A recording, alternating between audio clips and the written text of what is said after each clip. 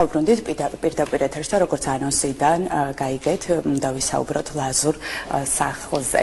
საინტერესოა თქვენ თუ შეგინიშნავთ აჭარის ფარგლებში ეს სახლი და თუ მიიქცია თქვენი ყურადღება, იმიტომ რომ მისი ვიზუალური მხარე და არქიტექტურა არის არაჩვეულებრივი. მე არ შემენიშნავს სამწუხაროდ, თუმცა ფოტოებში რა თქმა უნდა ფოტომასალა ნანახი მაქვს, მაგრამ პირადად ისე რომ მენახა არა სამწუხაროდ. ხო, აუცილებლად უნდა აღვნიშნოთ, რომ არა მხოლოდ სამხრეთ-დასავლეთ საქართველო, არამედ მათ შორის აჭარაც გამორჩეულია ტრადიციული კულტურული მრავალფეროვნებით ამ კუთხით.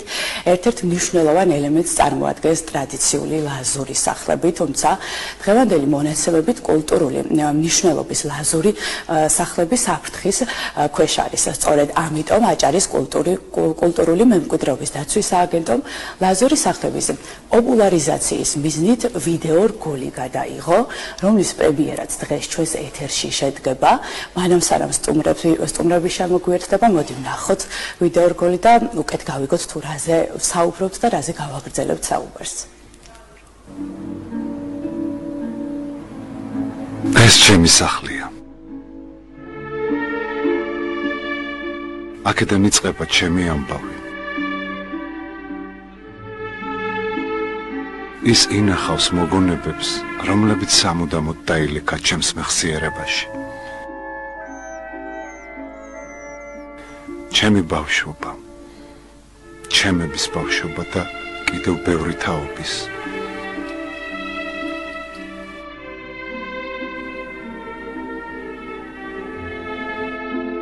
ის ჩემი ხელშესახები, ცოცხალი ისტორია. რომელიც მაკავშირებს წარსულთან, აწმოსთან და მომავალთან. მისი კედლები ყველაზე მეტად მახსენებს, თუ საიდან მოვდივარ და ვინ ვარ. გავფრთხილდი კულტურულ მემკვიდრეობას. გააგრძელე საქართველო.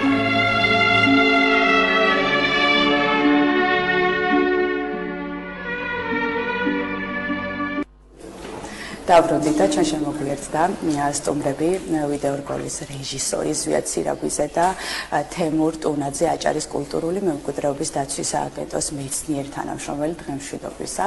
მადლობა მომცანებლისთვის. მანამ სანამ ვიდეო რგოლს განვიხილავთ, ზვიად მე მინდა ბატონ თემურთან კითხვით გადავიდე ზოგადად რა კულტურული მნიშვნელობის მატარებელია ლაზური სახლი და რატომ გახდა აუცილებლობა იმისა, რომ თქვენ დაიწყეთ ზრუნვა, რომ არჩინოთ ეს ისტორიული კულტურული მნიშვნელობა.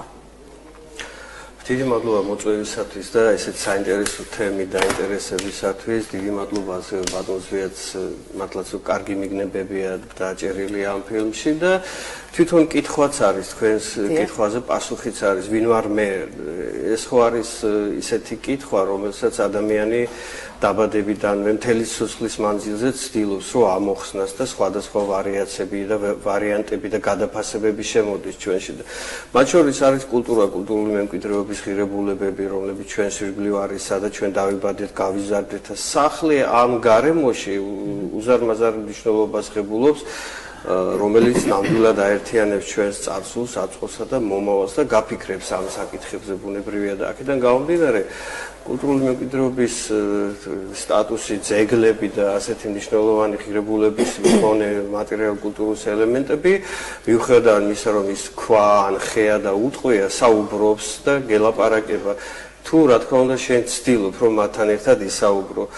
ამიტომაც ბუნებრივია ჩვენი სამსახურის აჭარის კულტურული მემკვიდრეობის დაცვის სააგენტოს ძირითადი მიმართულება სწორედ აქეთკენ არის მიქცეული ყურადღება, რომ რა თქმა უნდა ესეთი ელემენტები, რაც შეიძლება ამ ელემენტებზე სახლი მათ შორის და ლაზურ სახლზე უფრო მეტი იფიქრონ ადამიანებმა და გაითავისონ, რომ ეს არის მათი ცხოვრების განუყოფელი ნაწილი და ამ დიდი ისტორიის განუყოფელი ნაწილი. რაც შეეხება ლაზურს გამორჩეულად, იმიტომ რომ ლაზური მთელი ამ საქართველოს ქართულ ისტორიას თუ შეიძლება ასე ვთქვათ, არის დიდი სიამაყის და დიდი ტკივილის მოგიხსენება, იმიტომ რომ მისი დიდი ნაწილი საქართველოს ფარგლებს გარეთ არის დღეს და ის ელემენტები, ნამსხვრევები, რომლებიც ჩვენში შემოგვრჩა და არაერთი სამეცნიერო კვლევა გაკეთებული და ასე შემდეგ, ყველაფერი არის მოსაფერებელი, დასაფასებელი და გასათვალისწინებელი, მათ შორის დღემდე მოღწეული ლაზურის სახლები. მით უმეტეს თუ შევადარებთ მაგალითად რა კულტურული მემკვიდრეობა არის შემორჩენილი მაგალითად დღევანდელი თურქეთის რესპუბლიკის ფარგლებში არსებულ ლაზეთში და ჩვენთან არა რადიკალური სხვაობა არის იქ უფრო კარგად არის შემონახული სხვადასხვა გარემოებებისა და მიზეზების გამო ამიტომ ჩვენთან რაც არის დაცული ის ძალიან გასაფრთხილებელი და მოსაფერებელი თემაა ეს სახლი და მით უფრო როცა საზოგადოება ვითარდება ადამიანები ვითარდებიან ტექნოლოგიები ვითარდება და ჩვენ გვიჩნდება მოთხოვნილება რომ მოდი შეიძლება უკეთესი სახლი გავაკეთო და ასე შემდეგ. აქ წინა პლანზე წამოდის იწევს რა თქმა უნდა ჩვენი ცნობიერება და ჩვენი ცოდნა, დამოკიდებულება კულტურული მემკვიდრეობისადმი და აქეთკენაც არის მიმართული ეს ვიდეოკლიპი და სხვა მცდელობები, რასაც ჩვენი სამსახური აკეთებს, რომ ადამიანებმა რაც შეიძლება მეტი იფიქრონ ასეთ საკითხებზე, ან დასვან კითხვები მაგალითად და მათ ვიღაცამ აღმოუჩინოს დახმარება და ასე შემდეგ. ამიტომაც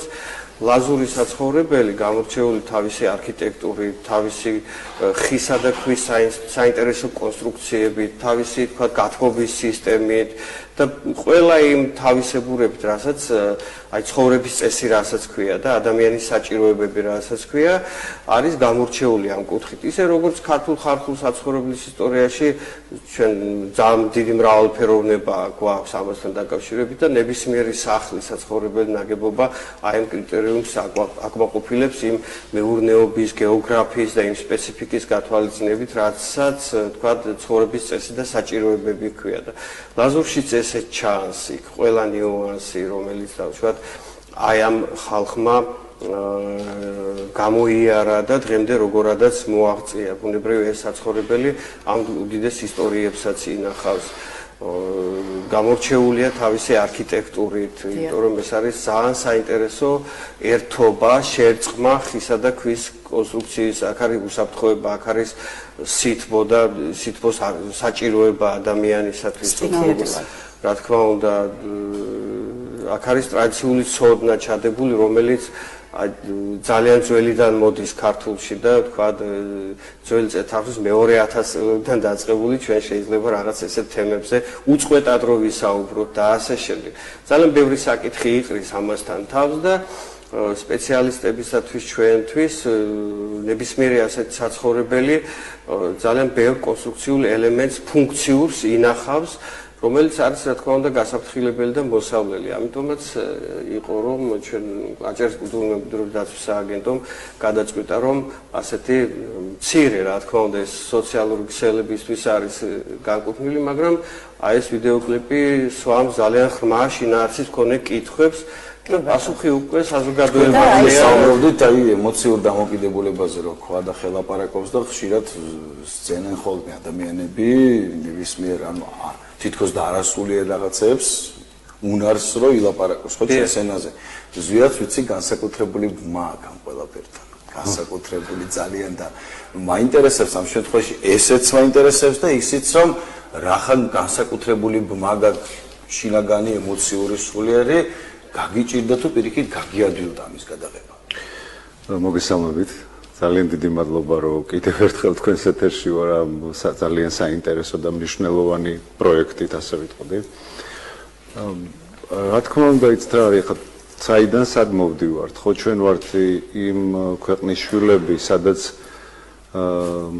საკათედროში სხვათა შორის გუშინ მყავდა მონანიების ერთ-ერთი მთავარი პერსონაჟი გადაცემაში საკათედრო ტაძართან დავიწყეთ გადაღება სადაც რაღაცა ელექტროსაც რაღაც მოწყობილობები ელაგა და იგივე ბოდბეში იყო სამშობია რო გახსნილი. ანუ პრაქტიკულად ჩვენ უახლოეს წარსულში სრული დაუდევრობით და სრულიად გაუგებარი ქმედებებით ეპყრობოდით ამ მემკვიდრეობას და ახლა ვსწავლობთ თავიდან ყველაფერს, როდესაც ვაცნობიერებთ რომ სინამდვილეში ძალიან გამიჭირდება მე ბატონი თემურის მერე დავამატო იმდენად ამაღლებელი ტექსტები ისაუბრა ძალიან მნიშვნელოვანია რომ გავაცნობიეროთ საერთოდ რასთან გვაქვს საქმე და ჩვენი იდენტობის ალბათ უკიდურესად მნიშვნელოვანი ნაწილია ეს ყველაფერი. მე ერთი ძალიან საინტერესო ჩემი ინდიკატორი მაქვს, როდესაც ხვდები რა არის ღირებული. თუ დააკვირდებით, ახლა კადრებში ჩანს ლაზური სახლი, საერთოდ ვერ იფიქრებ, რომ ცალკე მოვლენაა, რაც უფრო ძველდება, მით უფრო ერწყმის ბუნებას. ახლა თქვენ წარმოიდგინეთ ახალი კორპუსები რო დაძველდება, რა საშინელება იქნება. ანუ რაც ღირებულია, რაც უფრო ძველდება, მით უფრო განუყოფელია ბუნებასთან, ვიზუალურად, სხვა ესთეტიკა მოდის აბსოლუტურად. მით უმეტეს ამ სახლთან, რომელიც კადრებში არის გამოყენებული, დედაჩემ პირადად ამ სახლში არის ერთ-ერთში დაბადებული და ეს სახლი ყველა ინახავს შეიძლება ძალიან მძიმე და საინტერესო ისტორიებს, მაგრამ ძალიან მნიშვნელოვანს. ხა ეს ამ სახლს რო ვუყურებ, სულ მახსენდება დედაჩემის ბაბუა, რომელიც 37 წელს დააპატიმრეს და როდესაც გაყავდათ სახლიდან ჟანდარმს ბაბუოჩები ძალიან პატარა იყო და დაედევნა თურმე და ხელი დაარტყა. ნუ მამა მიყავს ვიღაც უცხო კაცებს, ხო წარმოგიდგენიათ და გადააგდეს მეორე სართულიდან. ბავშვი, ხო. და მე ის ისტორიები მთელი ცხოვრება მესმის, როგორ გაზარდა დედაჩემის ბებია, შვილები მარტო სრულიად. და ეს რაღაცა ატმოსფერო, აი სრულიად ბუნებასთან შერწყმული, მართლა ეს ძალიან მძიმე სევდიანი ისტორიებით წარმოგიდგენიათ, ხო, რომ არ ყოფნოდათ კულტურა ოჯახის წევრებს, ბაბუოჩემის ძმას, მის მემკვიდრეებს და ეს ყველაფერი რო წაეშალათ. აი რა ვიქნებოდი მე? ძალიან რთული წარმოსადგენია, რომ აი ამ ხელა მოვლენა, რომელიც ამდენი ისტორიები, ამდენი და თან პარალელურად დედაჩემის ბებია დედაბრული დამწერლობას ფლობდა და ძალიან დიდხანს სიუჟეტებსაც აკეთებდნენ. ანუ ეს სახლები ინახავდა ძალიან ბევრ ისტორიებს, ძალიან ბევრ მნიშვნელოვან ადამიანებს და ალბათ იმ პერიოდში არ ვიცი ბატონი თემურ ალბათ დამეთანხმება, სადღაც 1800-იანი წლების მიწურულს არის აშენებული 900-იანი წლების დასაწყისში. იმ პერიოდში ვინც აშენებდა ალბათ ამ სახლებს, მას ალბათ ჰქონდათ განსაკუთრებული კულტურა და ალბათ შესაძლებლობაც, იმიტომ რომ მაშინ ალბათ ის იყო ძალიან ფეშენებელური სახლები იმ პერიოდისთვის და მე უკვე არაერთი წელია ვთანამშრომლობ სააგენტოსთან, რისთვისაც ძალიან დიდი მადლობა მინდა უთხრა თითოეულ მის წევრს. განსაკუთრებული მადლობა მინდა უთხრა ბატონ თემურს, იგივე ჩვენს ნინოს და ზაურის, რომელმაც ეს კულტურა შემოიტანა ზაურ ახვლედიერმა და დარწმუნებული ვარ, რომ ანალოგიურად გააგრძელებს ლაშაც ახალი ხელმძღვანელი ლაშა მიქელაძეზე მაქვს საუბარი და ამ პროცესში ყოფნა, ამ პროცესის ქმნადობა თვითონ მე თვითონ ძალიან შემცვალა, მე თვითონ ძალიან სხვაგვარად ვუყურებ ამ ყველაფერს და რაც უფრო ბევრი გულშემატკივარი ეყოლება ამ თემებს, ამ მოვლენებს ირგვლივ, ალბათ ძალიან მნიშვნელოვანი იქნება, რომ გავაცნობიეროთ, რომ ჩვენ ყველა მოვდივართ ჩვენი სახლებიდან და რაღაცა რა ისტორიაში ვართ, ხომ დღეს კეთდება რაღაც ბლოკები, წარმოგიდგენიათ, აი მეხუთე ბლოკი, ცხოვრობ მეხუთე ბლოკში. სადაც ერთი შეხედვით ყველაფერი, მე პროგრესის წინააღმდეგი არ ვარ ნამდვილად, მაგრამ სადაც ერთი შეხედვით ყველაფერია ადამიანისთვის და არაფერი არ არის ადამიანური და ეს სახლები იმდენად პერსონალურია, იმდენად სხვა განცდას გიტოვებს, რომ ძალიან მნიშვნელოვანია, რომ ამ სახლებში ვინც ცხოვრობს დღემდე და პრაქტიკულად ეს სახლები მოქმედია ბატონ თემურ ალბათ, ხო, ძირითადად? კი, ნაწილი. ხო, აი ეს ნაწილი. მაინტერესებს ახლა ვინც ცხოვრობს ამ სახლში. მოქმედია. რამდენად მარტივია მათთვის ცხოვრება კლიმატიდან გათვალისწინებით? მე ვფიქრობ ძალიან კომფორტული.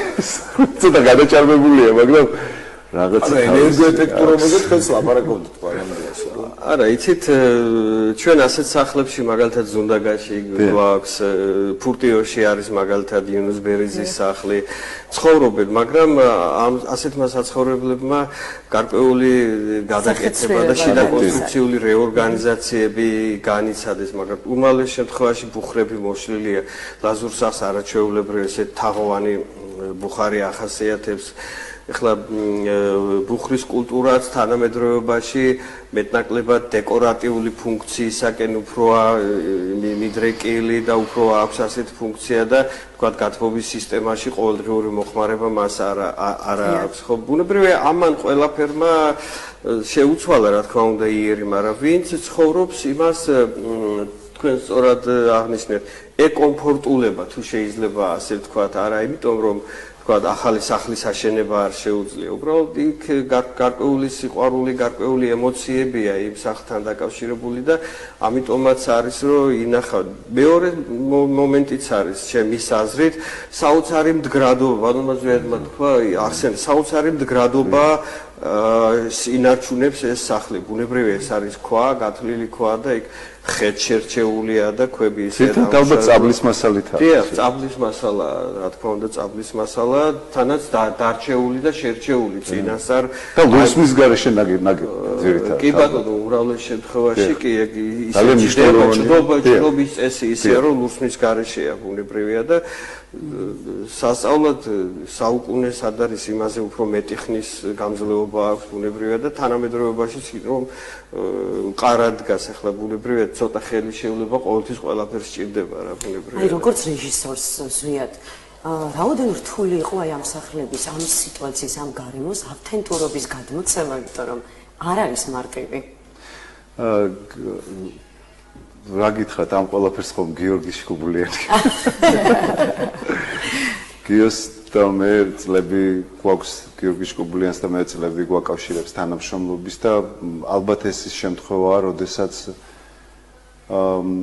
ესეთი პათეტიკური ვიქნები უსიტყვოდ გასაგებია, რაზე ვმუშაობთ და ამ მიმართულებით ძალიან დიდ ფუფუნებაში ვარ, თუმცა ალბათ რაღაც თანამშრომლობის წლების თანამშრომლობმა მიგვიყანა ამ პოზიციამდე რომ ძალიან მარტივად ვაგებინებ რა გვინდა საერთო ჯამში და ყოველ შემთხვევისათვის რა არის იცით ახლა შეიძლება ძალიან ბევრი ვარაუდი გამოიწვიოს ძალიან ბევრი რაღაც ითქვას რომ აი ესე შეიძლებოდა და ვარიანტები მაგრამ მე მაინც დავიტოვე უფლება და ამის საშუალება მომეცა სააგენტოსთან თანამშრომლობის დროს არაერთწლიანი თანამშრომლობის დროს რომ ეს სახლი იმ კუთხით დამენახა ისე მებრძნო როგორც ბრძნობდი და ციტად კომფორტზე იყო საუბარი და აგარაკი რო გქონდეთ ასეთი სახლს და არ დაშლიდით ხო იცხოვრებდით დარწმუნებული ვარ. არც დავშლიდით ახლა მაქვს უცბად მომაფიქრდა და მაინტერესებს თქვენ რა სიტყვით. ჩვენზე ამბობენ რომ ქართველები ვართ მიმბაძველები ხო? ამისი ბევრი ფაქტი არსებობს. ვაშინებთ ერთნაირ კოტეჯებს, ერთნაირ კორპუსებს. ეხლა წარმოვიდგინე აი მაგალითად ერთმა ადამიანმა რო ააშენოს დღევანდელ ცხოვრებაში ლაზურის სახლის იდენტური სახლი ხო? რა თქმა უნდა ეს ისტორიის მატარებელი არ იქნება, რადგან ჩვენ საუბრობთ, მაგრამ ხომ დაიწერება ისტორია და ხო რაღაცნაირად შევინახავთ ამ კულტურულ მნიშვნელობას, ხო? თუ არსებობს ადამიანი, რომელიც იგივე ხერხებით, აი ასეთ სახლს ააშენებს და თქვენ როგორც თქვით, იქ არ არის გამოყენებული ლურსმანი, იქ არის ქვისა და ხის სინთეზი, ხო, გამოირჩევა მდგრადობით და ასე შემდეგ. არსებობენ დღეს ესეთი ადამიანები, რომლებიც მაგალითად აი რომ მომინდეს რომ იცხოვრო ლაზურ სახლში თუ ამის შემდგომ საინტერესო იდეით შემოვიდა ახლა ჩვენს ეთერში. შესაძლებელია თავისუფლად, ახლა ჩვენ ხარსაღრიცხვაზე და ფინანსებზე არ ვსაუბრობთ, ეს თავისთავად გარკვეულწილად უფრო მეც მოითხოვს, მაგრამ თუ ვისაუბროთ ჩვენ გემოვნებაზე, თუ ვისაუბრებთ რომ ამ გემოვნებაში ჩემი ტრადიციული კულტურა იყოს ჩადებული, ამ გემოვნებით მე გარკვეულწილად ვაძლევ და ჩემს მომავალს ძალიან კარგად სრულდება გააგრძელე საქართველო ხო აი ვინ ვარ მე ამის ამოხსნაში თუ დავეხმარები ჩემს მომავალს და აი ეს რთული თემებია რომელსაც თქვა სულ სხვა ხედვები სჭირდება მაგრამ თუ ამას ამ ყველაფერს გავითვალისწინებ დიახ ასეთ სახლები უნდა ვაშენოთ და ეს შესაძლებელია თავისუფლად შესაძლებელია იგივე კონსტრუქციები, იგივე თქვა დაგეგმარება და შემდეგ გაკეთდეს და ყოველ შემთხვევაში თქვენ ახსენეთ ტურიზმი დღეს ძალიან ისე ფართოდ და მსხვილად იჭრება ჩვენს ყოველდღიურობაში ბუნებრივია და მათ შორის აი ესეთ სახლები მით უფრო თქვა სოფლის დემოგრაფიული პრობლემების ფონზე რომელიც რჩება თქვა მეტნაკლებად ნაწილობრივ უყურადღებოდ თავისუფლად შეიძლება გარდაიქმნას კარგ ტურისტულ პროდუქტად რომელიც გაცილებით მჯობნი იქნება და უკეთესი ამ გემოვნების თვალსაზრისითაც იგივე ტურისტისათვის როლს შესთავაზებს შენ ტრადიციულ ავთენტურ გარემოს. ეს შესაძლებელია, მაგალითებიც არსებობს, ახლა საქართველოზე ვერ ვიტყვი, ყოველ შემთხვევაში არ შეიძლება იყოს, უბრალოდ ჩემთვის უცნობია, მაგრამ მაგალითად დღევანდელ თურქეთში იქაურ ლაზეთში ამის არაერთი მაგალითი არის, როგორ კარგად არის ეს გაკეთებული და გადაწყვეტილი იგივე ტურისტული მიზნებისათვის, სუფთა ტურისტული მიზნებისათვის. თავისუფლად შესაძლებელია კი არა და უფრო მეტადაც, მაგალითად, შეიძლება ახლა ჩვენ სამსახურშიც არიან ამის, თქვა, ადამიანები, ვისაც შეუძლია ასეთ რეკომენდაციები გაასცენ და ბევრგანაც იქნება, ვისაც, თქვა, ტრადიციულ არქიტექტურასთან ვისაც აქვს შეხება და ასე შემდეგ. მთავარი არის მიდგომა და სურვილი. მიმბაძველები ვარ, დიახ, საკმარისია ერთმა ასეთი გააკეთოს და აჩვენოს, როგორ წარმატებული იქნა ეს. და უნდა ვიყოთ მიმბაძველები, ახლა ჩვენ ხო ცუც არ ვბაძავთ, არა? ბაზარდება ეს ფორმატი ზვიად, და ძალიან ბევრი ისტორიული ძეგლი გვაქვს ჩვენ საქართველოში და მნიშვნელოვანია ეს ჩვენი შთამომავლებისთვის, იმიტომ რომ ისტორია არ უნდა დაიკარგოს. დიდი ხნის წინ, როდესაც პირველად სააგენტოსთან გავაკეთეთ კლიპი, მე და ლალი მუშაობდით და იქ ლალიმ შექმნა ესეთი სლოგანი გააგრძელე საქართველო და რაღაცა ამ სერიით გავაგრძელეთ შემდეგ თანამშრომლობა. რა თქმა უნდა, ალბათ გავაგრძელებთ. ძალიან დიდი იმედი მაქვს მე ამის, რომ უფრო და უფრო საინტერესო იდეები წამოვა და რამდენადაც ამის შესაძლებლობა იქნება. იმიტომ რომ მართლა მნიშვნელოვანი საქმეა ცნობიერების ამაღლება, თუნდაც ძალიან მნიშვნელოვანია ამ სახლის მესვეურებმა გააცნობიერონ, რომ ისინი ცხოვრობენ ძალიან საინტერესო სახლებში და მე არ ვიცი, მათთვის ჩვენთვის რაც არის აბსოლუტური ეგზოტიკა დამიჯერეთ, მათთვის არის ყოველდღიურობა. მე არ ვიცი თუ გქონიათ საშუალება ოდესმე წაბლის ხის სახლში ღამე გაგეთევინათ. ეს არის აბსოლუტურად სხვა განწყობა.